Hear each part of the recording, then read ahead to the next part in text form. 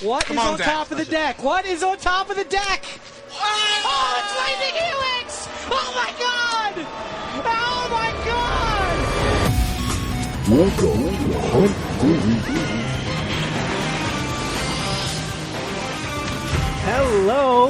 Hello everyone, and welcome on into the show. Welcome on in, each and every one of you Herbie robots. How good is that little guy? How many would you play? 6? That's a good card. I like a Herbie robot. Enters, draws a card. Put a land from your hand tapped onto the battlefield. Man, that thing's great. I love that little guy. And boy, everybody's playing him. We all got him. He's one of our best little guys, that guy. Hello. Welcome into the show. This is Marvel Superheroes. Week 2. Get excited, get pumped, get powerful, get heroic, get villainous, or maybe be right in the middle, like our guest this week.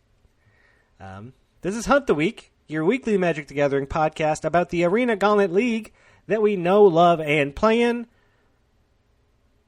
And I'm your host with the most, your Don John DeMarco, your Goku or Go Home, the Pride of Mardu. I'm an 8-time finalist, 2-time league winner, 1-time had a really big show, had a great show, had our 3-year anniversary with Steve T. Strout. Welcome on, Steve. Every 3 years Steve comes on. We all know this. It's a great show. It's a big show. It's an exciting show. And let's get ready for it as we fight a god. I am a god, you dull creature, and I will not be bullied by that.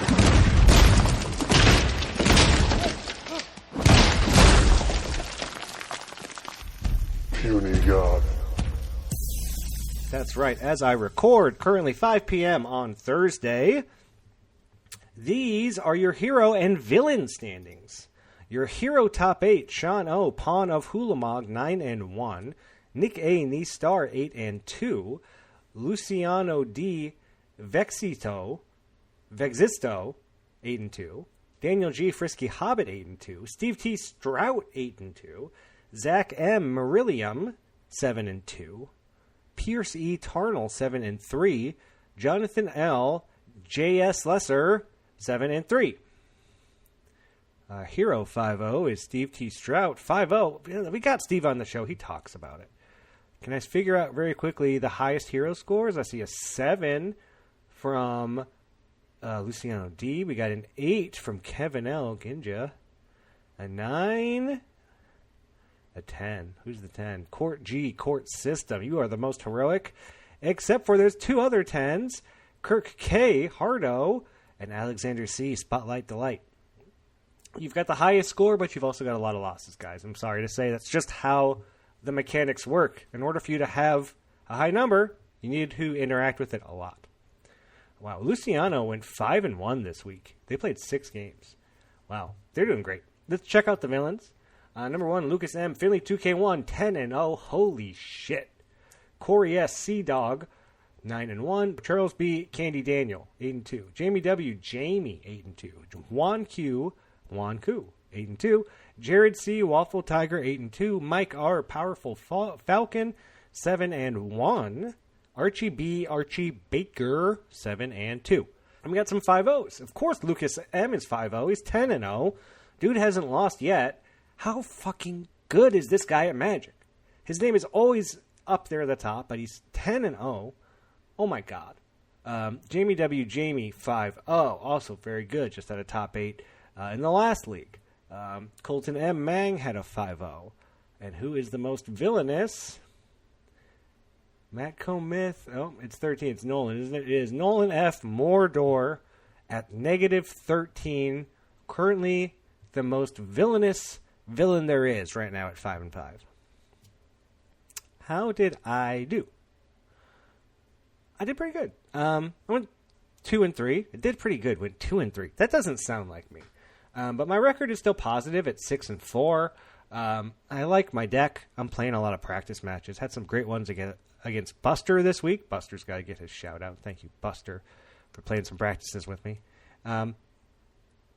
I'm enjoying it. I've been playing the Marvel set a lot, actually, in the last week. I did a ton of drafting this week to finally kind of catch up on the set. It's good. I like it. It does feel like I'm just playing white every draft. I know you can get away with playing other colors, but man, I just think white's so good. So I'm playing a lot of white cards, and draft format's fine. Everyone says it's core set-y, and I'm a big core set guy. Maybe that's why I'm enjoying it. But I also don't think it's anything amazing and incredible, and the balance is really bad. So I don't like any of that stuff. But it's still fun. It's fun and fine. You know, we've had worse. As far as the league's concerned, I'm villainous. I'm -5 right now. Not that I'm really trying to be that, but it's just kind of how everything's working out with the packs that I'm seeing. The one time I saw the 2 packs I wanted, which was Avatar in Heroic or Turtles in Villains. Both those are packs that I'm super happy to get right now. It was when I could take a Marvel superhero pack, and I just don't think I want to not take those. You know, I want to stay in set as much as you can. Yeah, so that's what I'm trying to do, and then just not taking Lord of the Rings. I really don't want Lord of the Rings cards. For some reason, I know I'm seeing it out there. I know Buster's got a bunch of them. I'm seeing them out there. I just don't remember that set being super strong. I even took a Spider-Man pack, which was something I was really against early on, and then it turns out I'm not against Spider-Man. It's fine. I just don't want to lower my score that much. -5, kind of hard to get back. Let's check out the standings. 76 villains, 96 heroes. Still more heroes, although we've gained a couple villains, it seems. 7 and 3 is still what you really need to be at for both of them. Right now it's definitely softer on the villain side, but there's still some games left to be played. But it's got 20 less people in it, so that does seem about right. But it's week 2, and people can still jump back and forth here for a couple weeks, see how things shake out. Of course, we have a song from Kevin I. Knie 1993 this week, as Kevin is telling us the story of the Infinity War saga. We have a song from Kevin called Built Tomorrow. This one is about Iron Man. Oh gosh, what could it be about? Thank you so much, Kevin. Let's take a listen.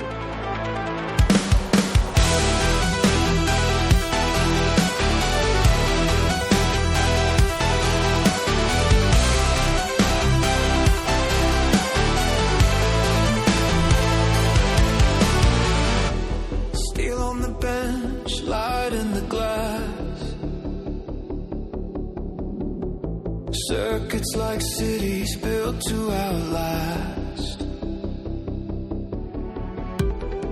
Every failure just feeds the design.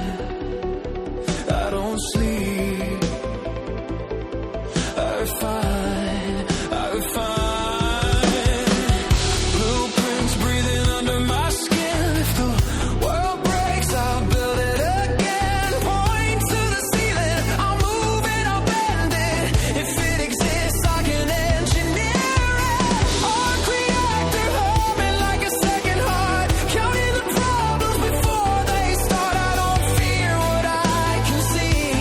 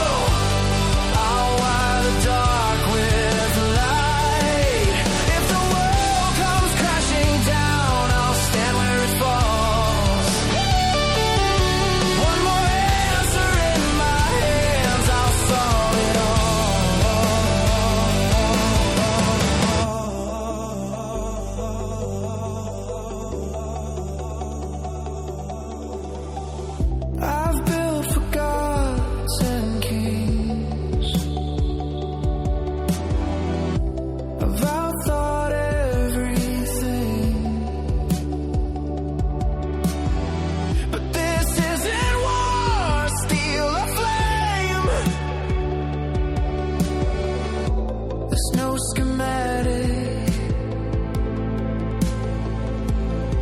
There's no name.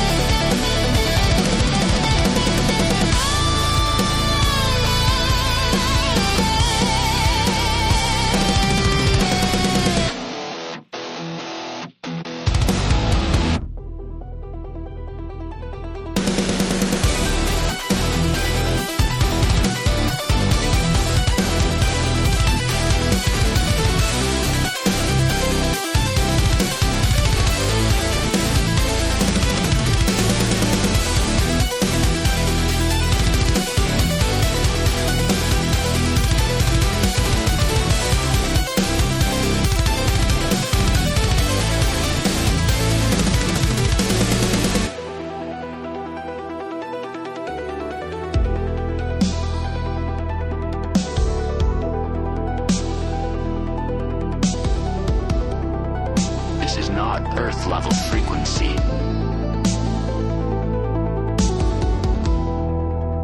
This is not Earth level. I love that Kevin's telling the story. If you don't know the Infinity War saga, which I think that's just what the Marvel movies are, right? Isn't that what the isn't that what the Marvel movies is? The Marvel movies that end with the Infinity Gauntlets and the Stone. It's the set. It's the Marvel set we're all playing. Thank you, Kevin. Thank you so much. Love it when we get a song from Kevin. And I love it when we get a good guest, as we did this week. So please join me as Destiny arrives. Dread it, run from it. Destiny arrives all the same. And now it's here. Or should I say, I am. That's right. This week, Destiny comes in the name of Steve T. Strout, the great computer maker, man of machines, master of bot. Steve's awesome. Steve's been in the league a long, long time now. He's been in the LC a long time. He's a league winner. He is the main tech guy on the server. He's the guy who builds all the bots that make things run well. He's the guy who implements, the spaceship building thing. Whenever everyone has an idea, Steve is the guy who goes, yeah, I can do that. He has brought so much to us over the last 3.5, 4 years. And again, I just want to thank him. And he's doing great. We got to get him on the show. It's been a while since he's come on. So please enjoy my interview with Steve T. Strout now. All right, everyone. This week, Destiny is coming, and its name is Steve T. Strout. Welcome to the show, Steve. Hey, it's good to be here. It's been a bit since I've been on here, and it'll be fun to be back. 3 years. I had to go back. It's almost like 3 years, almost to the day.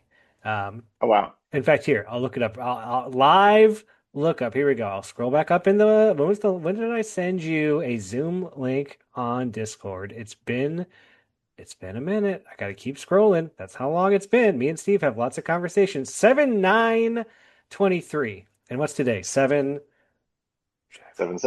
7-7. We're almost 3 years, almost exactly. I don't know the decade. In fact, by the time this comes out in 2 days, it's gonna be 7-9. What we did it on purpose. Every 3 years, Steve comes on the show.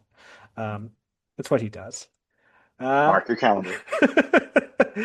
and Steve, you're coming on because you are doing great. It's always a good excuse to get you on the show, but I like to get people on when they're feeling good and winning. And Steve, you are feeling good and you are winning right now. Yeah, I think I'm about 8-2 and uh, got a 5-0 this week, so that's been a lot of fun.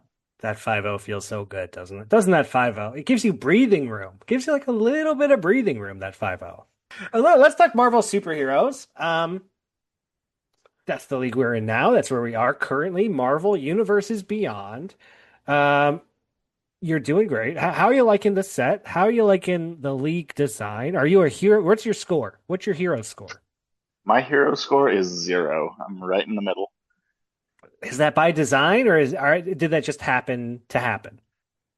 I wasn't thinking about it too hard. When I got my opening pool, I just went with Spider-Man because it's a very small set. There's lots of stuff that I felt would be at least okay with my cards. There's heroes and villains in it. Yep. Um, and then second first loss, I picked Marvel because I could. Yep. Staying in set always feels good. And Yep. then second loss, I got Murders at Markov Manor as an option. That seemed like a good choice just with where my deck was. It's got lots of artifacts and tokens, and I've got a couple synergies there. And something like 2/3 of my pack made artifact tokens. So that ended up ended up working out well for me. I got a cryptic code out of it. Oh my gosh. Yeah. See, you basically won the lottery right there with Cryptic Code. That's got to be one of the best cards in that whole Yeah, set. so my deck is carrying me, not the other way around. I've got Monica Rambeau, I've got the Vision, I've got Leader, the cryptic code I just mentioned. So So you've got some it feels like bombs. a bomb heavy. It's a bomb heavy format, and I got the high end of the distribution there. Do you think that's what's helping you do well? Do you attribute, the 8-2 start to all these strong cards? Yeah, I think it's a combination of that, and I happened to have my best cards in white and blue, which is the strongest color pair, Yeah. and I had enough of those that I barely had to splash from the beginning. So, it just my pool was very easy to build, and I think that was a lot of it. Do you do you have a strategy for the hero score? Are you like looking at the standings and thinking, "Ooh, I want to be on one side or the other," or like are you just kind of letting it happen as it happens and kind of just dealing with it? Yeah, I'm not thinking about it too much. I went -3 at the very beginning, which meant I was all on the draw all the first week. Hmm. Um, been a mix of that. I think that could be a consideration, but mostly I'm just picking what what set do I think is going to have the cards I need for my deck. What sets don't you want to? Are there any sets you don't want to open? Are you like, man, I really don't want to see, the Hobbit or the Lord of the Rings set or whatever. So I hope that doesn't come up. Um,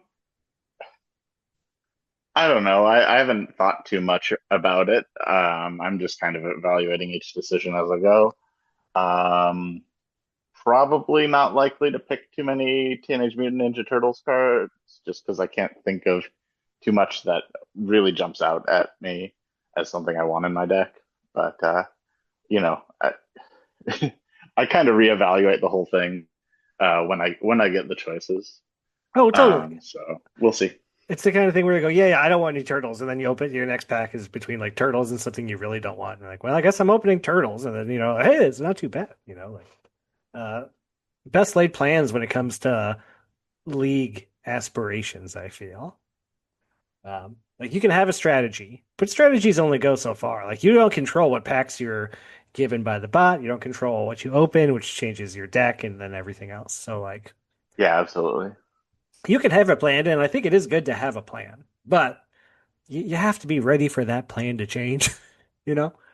And you're lucky, 8-2. You're not losing. You don't got to make those choices very much. You don't got to think about it very much. Yeah, it's always the leagues when I'm going like 0-4 that I'm like, am I stressing out? Am I making the right choices? If you're winning, you don't have to think about Yeah, it. yeah. If you're winning, you're like, all right, just everything's great. Just keep winning. And then if you're losing, you're like, oh no, everything's terrible. What am I doing wrong? I'm playing the wrong deck. I'm in the wrong colors. I'm opening the wrong packs. Like, try to blame anything you can, but like the shuffler did it. You know? Yeah, and also, if you don't have to make the decisions early, maybe somebody else will solve the meta by the time you do. Exactly, right? Like, but because if you're 8-2, like you kind of get your choice of which standings you want to be in, especially if you're sitting there at 0, right? Like, if it's a little easier on the villain side, it's like, oh, maybe Steve gets a little eviler, or if all the heroes start turning villains, and that clears up, you go, oh, I'm actually in the top 8 if I'm a hero. So yeah, I'll take that heroic pack. How are you liking? I know you're on the LC, so this is I know you can't go too hard here. Uh, What do you think of the design of this set, of this league? I've been enjoying it. I'm biased because I'm on the committee. I'm also biased because I'm doing well with it. But I've been enjoying it.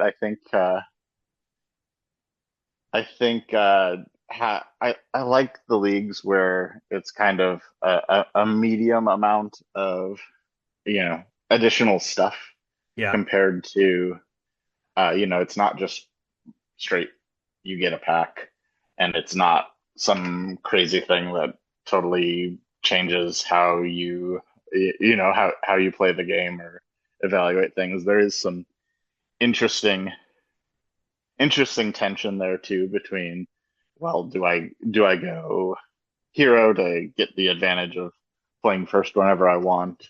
Do I go villain because those are the sets that might be stronger? Do I do this to get on a certain standings? Or you can do what I'm doing, which is mostly ignore that and just pick what you think will be best for your deck.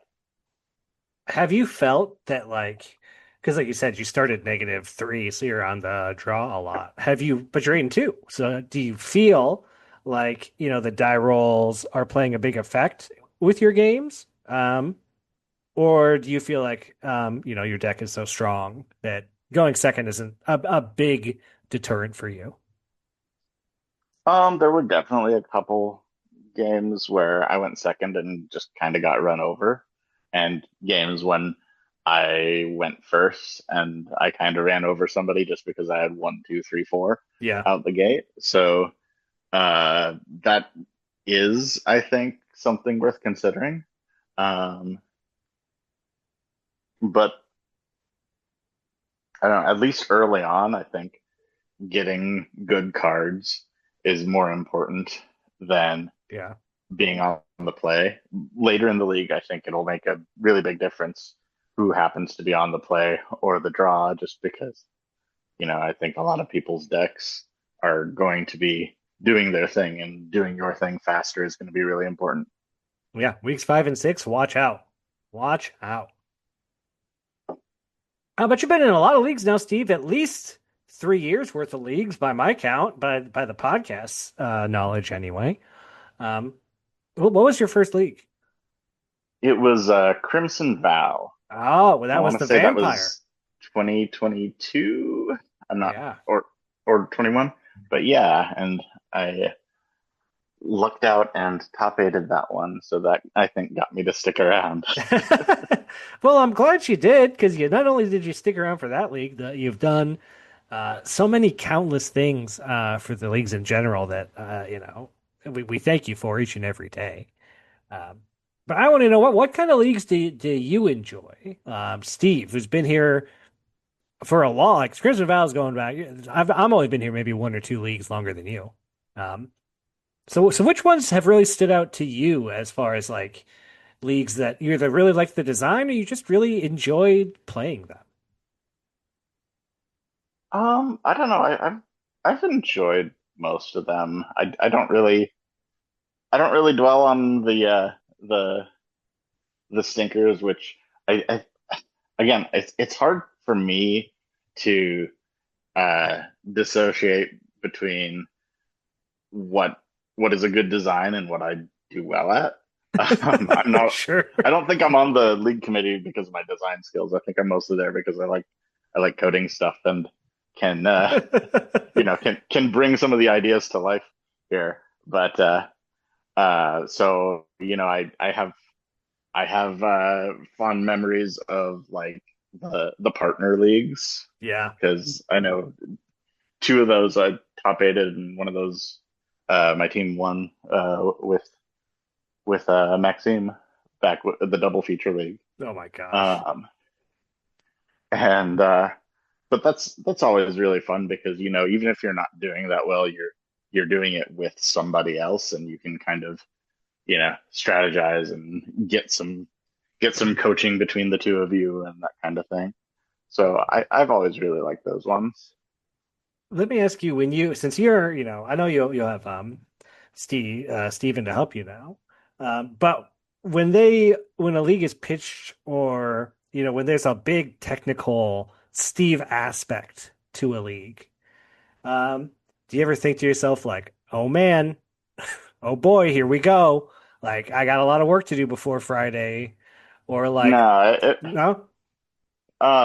well, if I do, it's self-imposed because I'll say, yeah, let's do this, and then I won't do anything until a day or two before it's got to go live. I've been doing that less now because Steven is also doing the technical stuff, and Yeah. if I leave something too long, he'll just pick it up, and I feel bad. It's like, no, I was going to do that. Um, but yeah, it's usually I think usually everybody on the league committee is really thinking about how complex would this be both for the players and for the implementation. Nobody wants to do anything that's so hard that we have to back out of it in some way during the league, and nobody wants to do anything that would just be confusing or that would be catastrophic if something technical went wrong with it. And that means that usually, if anything, I'm pushing for, we can do that, we can do that, we can do something a bit more than that. So I haven't really had a problem with that. It's been great. Well, I know I always see you and Steve whenever there's like a problem, or it's like it's Friday, it's a new league, right? And it's week one and it's 5:30, and like it's always like, oh, the bot's doing something weird. It's like, and you guys like, I'm on it. I'm on it. Don't worry. It's like, man, you guys do so much work keeping these bots in the league running smoothly. I hope you know how appreciated it is, because it's wonderful that you guys do that, because I'm sure it's very time consuming. Yeah, well, like I said, we try not to take on things that are too crazy, and also, that's usually a pretty quiet time of week otherwise for me. Other than actually playing the games, so it's not too big a deal to just check on things, a half hour after launch or after rollover, and see if everything's going okay, and if not, it's usually pretty quick to fix. Well, that brings me to my next question, which is that you've been on the league committee for a while now, and you've been integrating coding and bots and all kinds of things that like they weren't there before. Steve was doing a lot of that stuff, at least not to the extent that they are now. What's your favorite thing that you've built for the league? Either because it's been used so much, or because it made something so much easier. Maybe somebody thought something couldn't be done, and then you did it and it worked great. So what's your favorite tech that you've made for the AGL? Yeah, there's a few things. I think just kind of the bot that's going on, or that I've been kind of recycling and renaming from league to league, has been really helpful to have around, and it's kind of enabled a bunch of the different designs. Um, I think the probability model, which is like the first thing that I built that's for the league, and it's still very unofficial and not being kept up to date right now. And I'm going to be I was like, bringing that back don't once make I me find the ask about time. it. Don't make me ask about Oh, that probability thing, Steve, because I want it it back. I want it back bad. it it'll be coming back soon. Trademark. Um, Is it harder with top 16 to do it than it was so before? top 16 is not hard. The hard part is standings. Oh yeah. Especially when you can switch mid league. Mm. I think Yeah, that's bizarre. some of the things like Spider-Man, where you move to one or the other based on what you do during the league, or especially this one where you can bounce back and forth. That's really hard to make a good make a good prediction on, or even just the way the code is set up It sounds to have impossible. people pop in and out of It standings right now. sounds But impossible. I have a plan. I'm gonna see if I can get it working. So not gonna say by the time this comes out, but probably soon after I'll have Oh, something for this league. I love to hear that. And for everybody that's been asking, and I know people have been asking for a long time about the probability model, it's coming back. Steve's bringing it back. That thing was so great. Nothing bad, great and worse than like Yeah. watching your So probability go up or go down. yeah, I think it can be helpful to some people in like week 6 when it's like, does this person have a shot? Do I have a shot? Yeah. Still at making it, it's a lot easier to see that than copying and editing the spreadsheet or something. Which is kind of what I think people were doing before then. Yeah, don't And make me do then math. I can't do it. Don't make me do yeah, math. and even though I don't think its predictions are the best, but it generated a lot of fun discussion. So, And it gives you a fun especially graph. yeah, when somebody's like hits a win streak or a loss streak and you see the graphs spike up and down, that can be Oh, fun. it's Or so somebody's cool. right on the edge and it bounces around all over the place. And it's one of those things that's like, do we need it? No, we've gotten along fine without it for a long time. But was it great to have? And was it something I checked all the time when we had it? Yes, checked it all the time. I loved it. And it's so funny because every time Jordan starts 0-0 and he's like 90% to top 8 or something, it's you gotta love it. Right. And then people were like, there's no way that's right in And the he top did it. eights. And he did it. Yeah, they're like, I'm 5-0, he's 0-5. It's not going to happen. And then you know what? Jordan top 8 and I think it was Bob. And Bob, those weren't the actual standings, but it was something like that. It was like, oh my God, that is so funny. But it's Jordan. Of course he's going to do it. Tell that guy he can't do it. He will. That's what he does. Steve, I got a John's Stumper for you. Play the Steve Stumper drop. Steve Stumpers. I'm just a puzzle guy. Okay. Are you ready? Are you excited? Yeah, let's do it. All right. So the fun thing about this stumper is these cards are all in my league deck, and this is something I can do. But I've never had ever all this happen as Magical Christmas Landy as my stumper.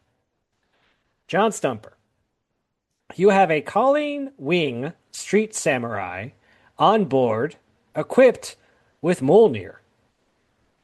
You have Epic Fight and Team Tactics in hand. Opponent has no blockers. You have all the mana you could want. What's the most damage you can do? Sure. And just to set things up, Colleen Wing, I believe, is a 2/2. Mm-hmm. When you cast a spell that targets a creature you control, you put a +1/+1 counter on it and scry 1. Mm-hmm. Mjolnir doubles the damage that the equipped creature would do. Yep. Epic Fight doubles the power and toughness of the creature, and Team Tactics gives double strike, and both of those are spells that target a creature. Correct. I feel like you've got a good handle on this already. All right, so yeah, it's important to, and you said it's already equipped, so it's Yep, it's important equipped. to cast Team Tactics first and Epic Fight second. Yep. When you cast Team Tactics targeting Colleen, she'll go from 2/2 to 3/3 and get double strike. When you Yep. cast epic fight targeting Colleen, you choose the first mode, which is doubling power and toughness. So then, because of her triggered ability, she becomes a 4/4. That doubles to 8/8. If you had done it in the other order, um, she would be a 7/7 at this point because uh, that second counter wouldn't be there to be doubled. Yep. And then you attack with your double striking 8/8 that deals double damage. And so you do 4 times 8 damage, which is 32.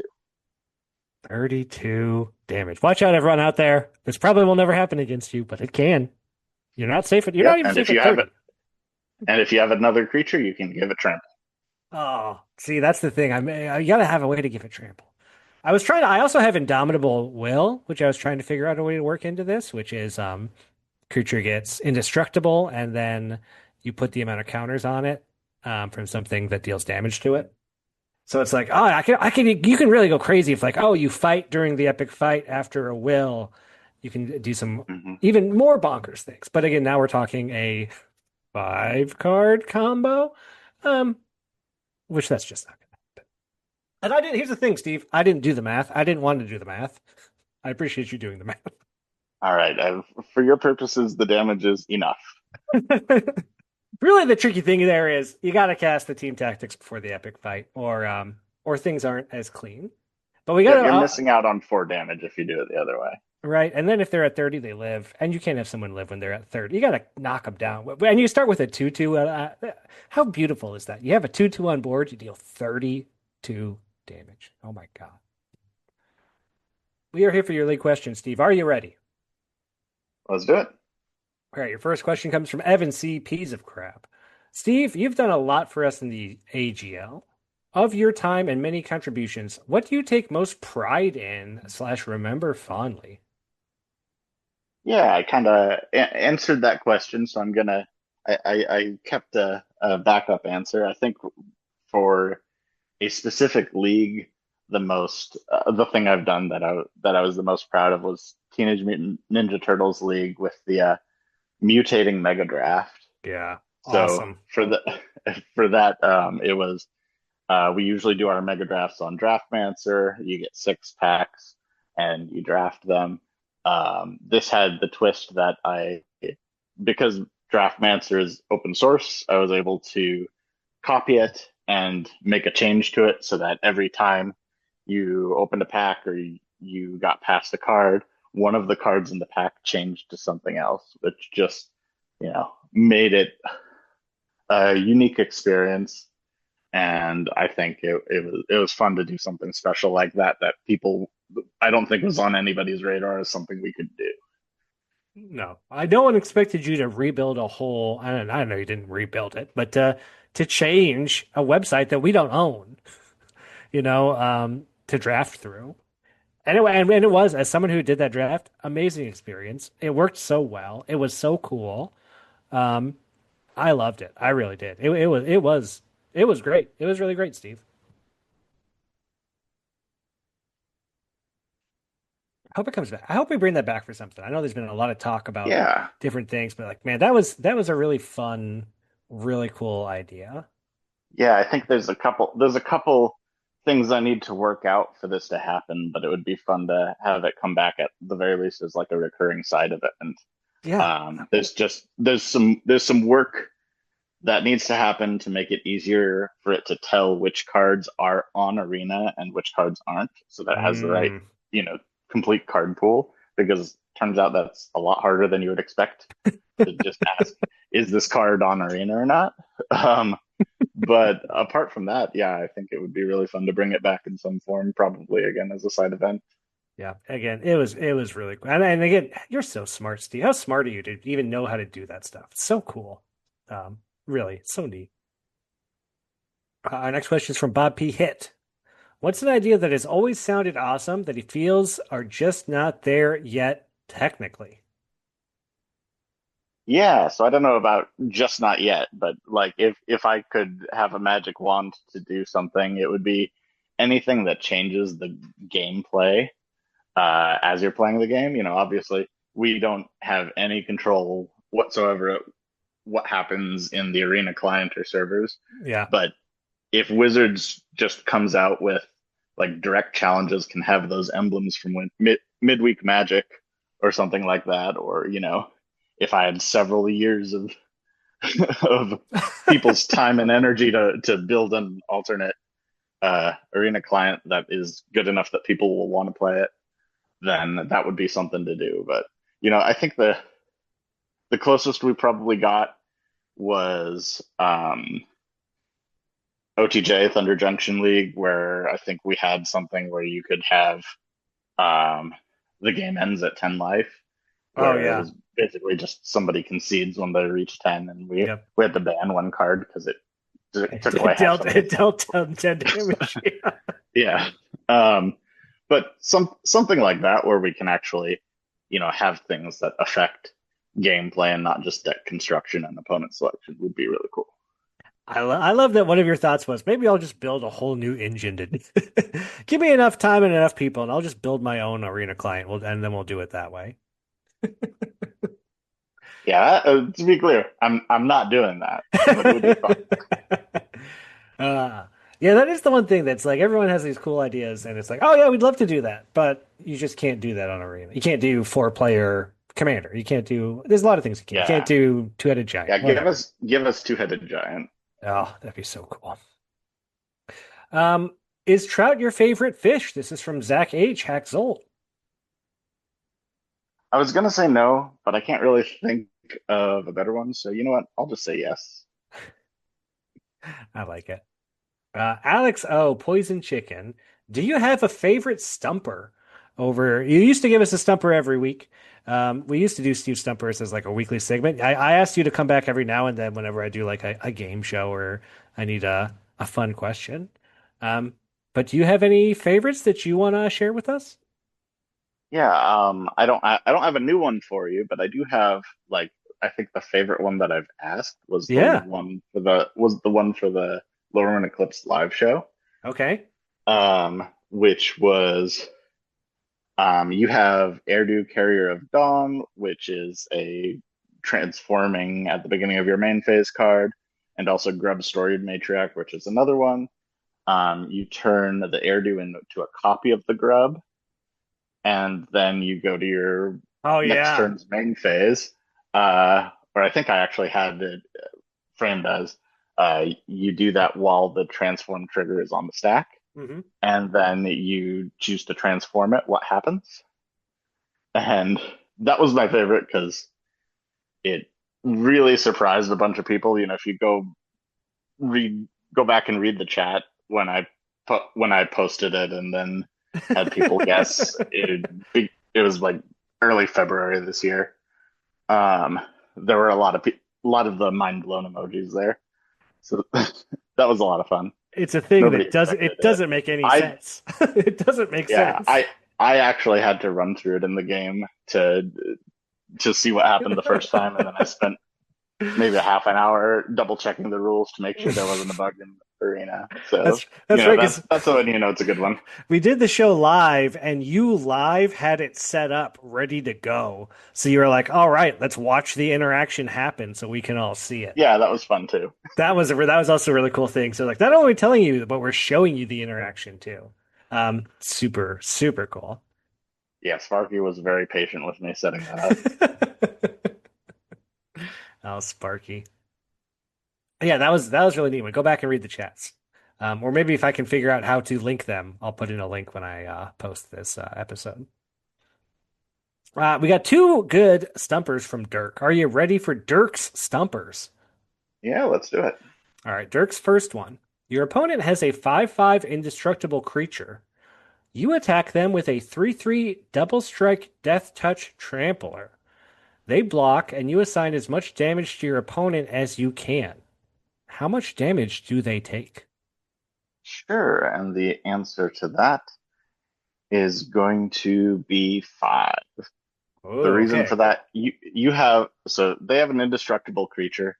Indestructible creatures can receive damage. Mm-hmm. It's just that receiving damage, they can't be destroyed. So even if they receive lethal damage, or wait, no, sorry, I should have thought about this a bit more. I believe Aha! He got stumped. yeah.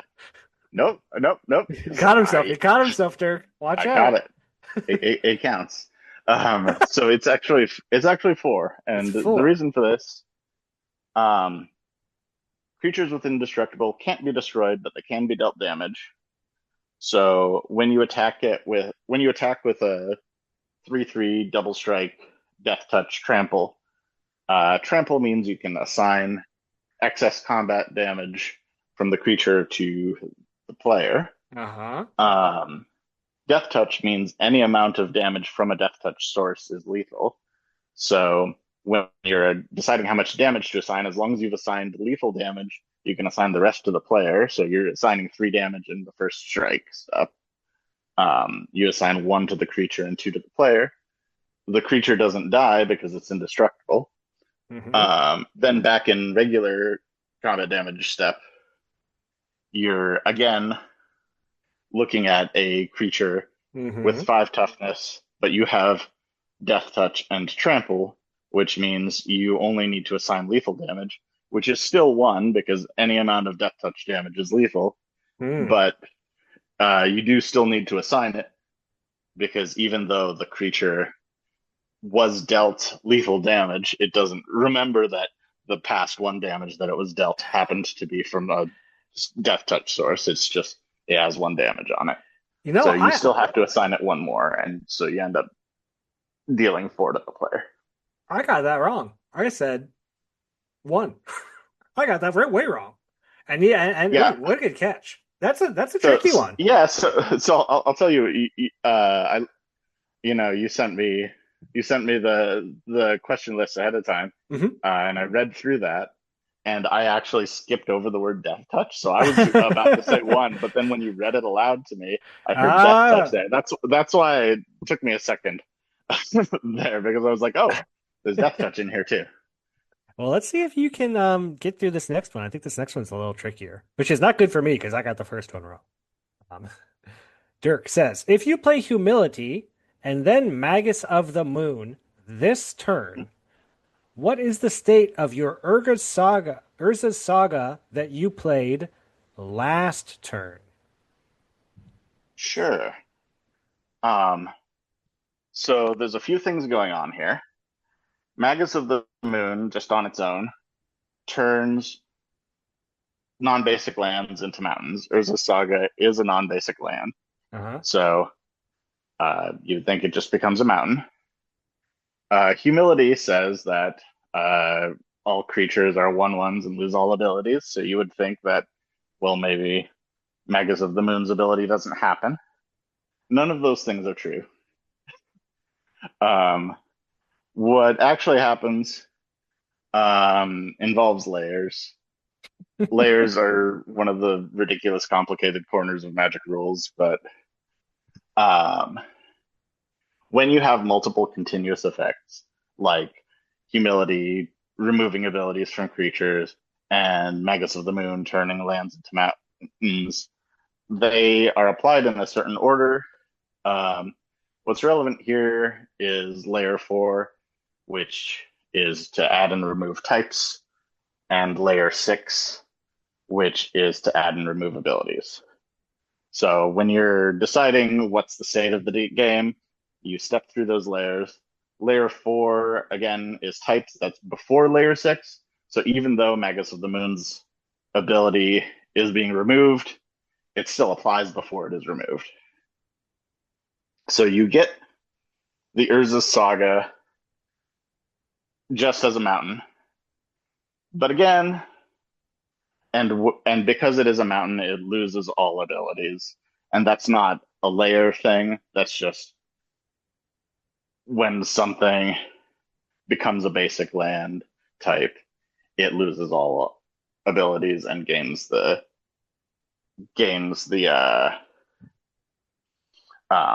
tap to produce 1 color of mana. So back on Layer 6, Urza's Saga regains the 2 abilities that it got. This is the part that blows my mind. Yeah, I think you're getting there. Yeah. Yeah, regains the 2 abilities that it got from its 2 lore counters. You know, assuming since you played it, Yeah. last turn. By this point, it has the 2 lore counters on it, so it has tap to add colorless, and also tap to create a construct. Tap and pay mana to create a construct. However, none of this matters, and the reason none of this matters is because it's a saga, and it has lost its saga triggered abilities. Oh, so And that stuff doesn't matter, or does it? Now I'm confused. when a saga loses its abilities, then sagas stay on the battlefield until they have resolved all of their saga abilities, Uh-huh. and then they go away. But Magus of the Moon removes the saga. It has lost its land type. It has lost all its abilities because when a land becomes a basic land type, it loses all abilities and gains tap to produce red mana in this instance. Mm-hmm. It also loses its saga abilities because it loses all of their abilities, but it is still a saga. And it is a saga with 0 chapters. There's a state-based action to remove. There's a state-based action that when you have a saga with no abilities on this stack and at least as many lore counters as it has chapter abilities, it's put into the graveyard. So what you actually have is a Urza Saga in your graveyard. Is what I would have said if we didn't get interrupted recording this, and I spent the couple minutes that we got setting up to double check the rules and find out that that is about a year out of date, because last June or so, when Final Fantasy came out, they changed the rules, and now a saga with no chapter abilities stays on the battlefield, no matter how many lore counters it has, until it regains those abilities. So the new rule says if a saga with 1 or more chapter abilities has as many lore counters or more than it has chapters, then it goes to the graveyard. I guess with all of the saga creatures running around in Final Fantasy, they didn't want it to be too easy to remove it just by removing its abilities. But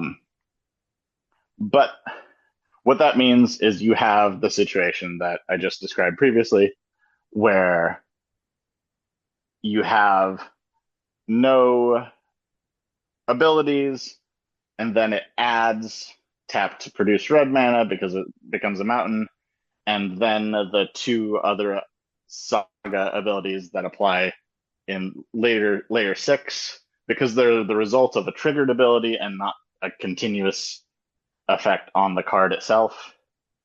Those are still added in layer 6, and it has tap to add colorless and also pay, I think it's 2, tap it, and create a construct as well. And not only that, it sticks around that way, so you can keep making constructs every turn. What a great bump you give to Ur. Like, Urza Saga needed a bump, but now it just stays around forever, and you just make constructs, 2 mana, 3 mana, make a thing every turn. All you need is a Magus of the Moon and a humility just to throw a wrench in things and make it confusing. It doesn't actually affect the saga at all. Right, because it's funny you say that, because these are the answers that we got. Dirk says it's a basic mountain with 2 lore counters, and the first and second chapter ability permanently active. Wesley corrects them and says it's not actually a basic mountain; it's just a mountain. But it does tap for red mana as well as colorless. And then Steven says, no, Steven, minor nitpick. It does not become a basic mountain. Magus Moon only turns it into a mountain, but doesn't ground it or remove super types, which basic is 1. Wesley's answer is correct. It becomes an enchantment land mountain saga, no chapter abilities, therefore for not sacrifice as a SBA saga. I don't know what that stands for. I'm sure it's state-based action. Yep. Hey, there you go. See, my brain hurts just from listening to you describe it. I'm catching up on everything else, but it does have the ability. To be clear, oh, go ahead. Yeah. And to be clear, I would have totally gotten that wrong if we didn't run out of recording time and take that couple minute break. So go ahead and take the win, Dirk. I did have something in the back of my head saying, no, there was a rules change. What was it? What was it? See, but that's tough though, because it's like you know the rules, but you just didn't know the change. Like that's almost more tough because it's like you know the weirder, more difficult thing that doesn't even exist anymore. But I feel like that makes it harder because the rules are already so complicated. You got to stay up to date on the changes, and a new set comes and change this, you change gotta, that. you gotta read those update bulletins. Oh my gosh! So yeah, it sticks around as a land that now taps for colorless red. Make a construct, and Steven says the humility is a red herring as it changes nothing about the interaction, since the Magus effects all happens before the humility layer applies. So great job, Steve. Not stumped today. You were almost stumped both times. You almost got stumped twice, but I'm going to give you the win on both. All right, thank you. Very generous. Well, Steve, thanks so much for coming on the show. Thanks for everything you do for the league, man. You've been in the LC. How long have you been on the LC now? Oh, I should have looked that up. I don't remember when I started there. It's been a while. It was, I think, a little after you had me on the show last time. So maybe like 2.5 years, something like that. The amount of coding and tech that you have brought it's just amazing and incredible. And thank you for everything that you do, man. I know, I do the podcast. I know how much work I put in. You got to put in more work than I do, man. And I put in a lot of work. So thank you, Steve. Thank you so much for what you do.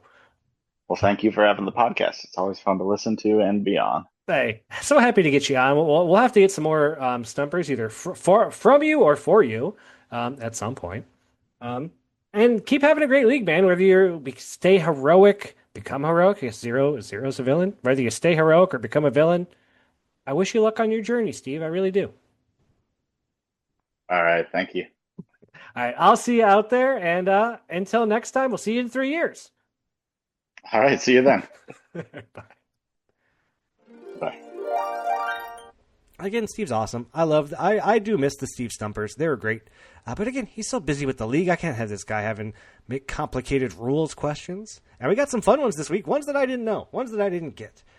Maybe we could just bring back Stumpers from other people. We got a lot of rules people here. That's what I'm learning. Anytime I ask for questions, maybe someone puts a little stumper in there. It can be a Stephen L. Stumper, or a Steve Stumper, or a Buster's Stumper. But again, thanks so much, Steve, for everything you do for the league, the LC. 8-2, congrats, 5-0. Feels great. Keep crushing it, man. Keep doing it.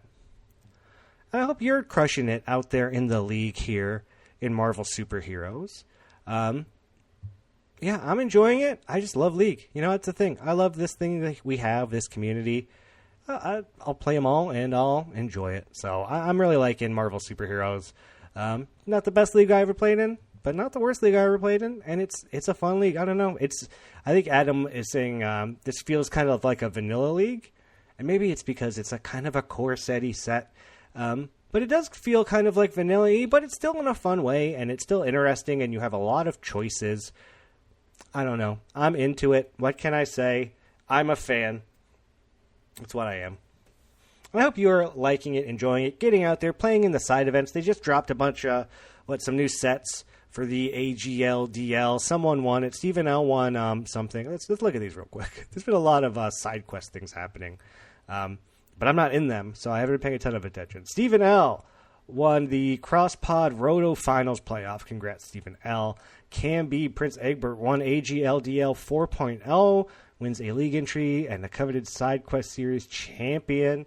And then, there's a new set quest draft set to draft. Again, there's stuff going on. Get involved. Be a part of it. Do your practice. I'm doing so many practices right now. Look at the practice things. I'm all over it. I love it. That's the thing. I play my matches. I play them quick. I get done. And then it's like the rest of the week, I still want to play. So I'm just practicing. And I'm loving it. It's a fun time. I recommend it. It helps you take it from someone with 8 finalists under their belt. Until then, I hope you get to keep a good 7. That's what it's all about. And I hope that Shuffler's in your... Wait, what? Oh, yeah. Okay, well, this is big news to me. We got right now, Okay, well, we got a big song. Kevin has released another song, I guess. So let's go out on that. Kevin's third song, Silver Surfer, announces the incoming threat of Thanos. Oh, gosh, what could be happening there? Well, we'll see everybody next week. I guess this is Go Home.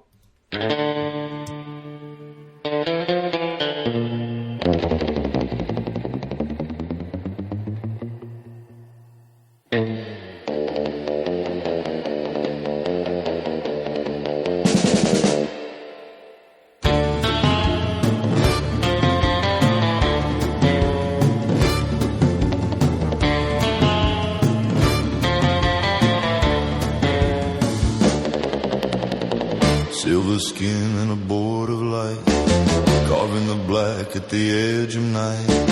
They call me Chrome, they call me Ghost. I had a name once, Norrin Raddit. Then a lot dying in the devourer's shade. I knelt to that hunger and a bargain I made. Gave up my world's grave, gave up my own name, gave up shallow ball to the cold and the flame. So I ride the silver down the endless swell, wave with no shore, tied out of hell. I ride and the board don't stop and the board don't tire. The herald of the hunger on the power cosmic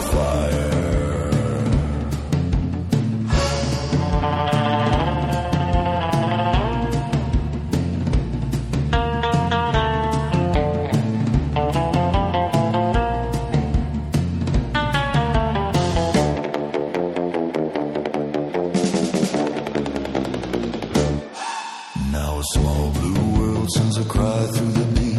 A man asking questions in electric sleep. I know that dread, I've felt that hush. It's the sound the sky makes just before the crush. I found the devourer, his worlds I led his way. Told myself a herald only points he don't slay. But something's crossed the dark that even I ran. A titan and a gauntlet and a hunger for the end of man. So hear me, little planet, this is the warning in the wire. I have seen what rides toward you, and I cannot douse the fire. So I ride the silver down the endless well, a wave with no shore, tied out of hell. I ride and the board don't stop, and the board don't tire. The herald of the hunger on the power cosmic fire.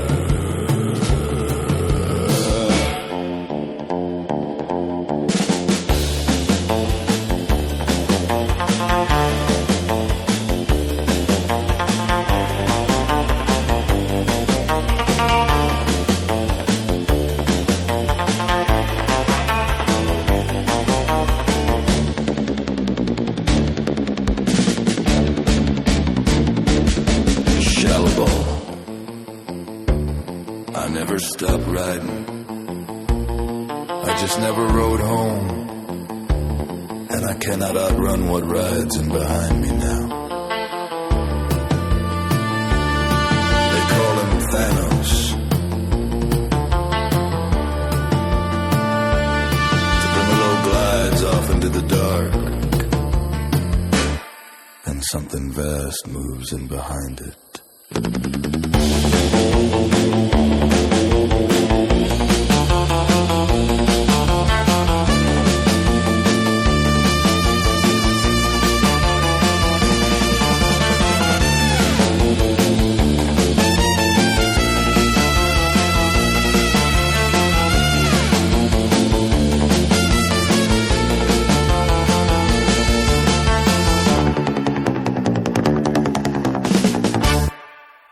Do you want some, mate?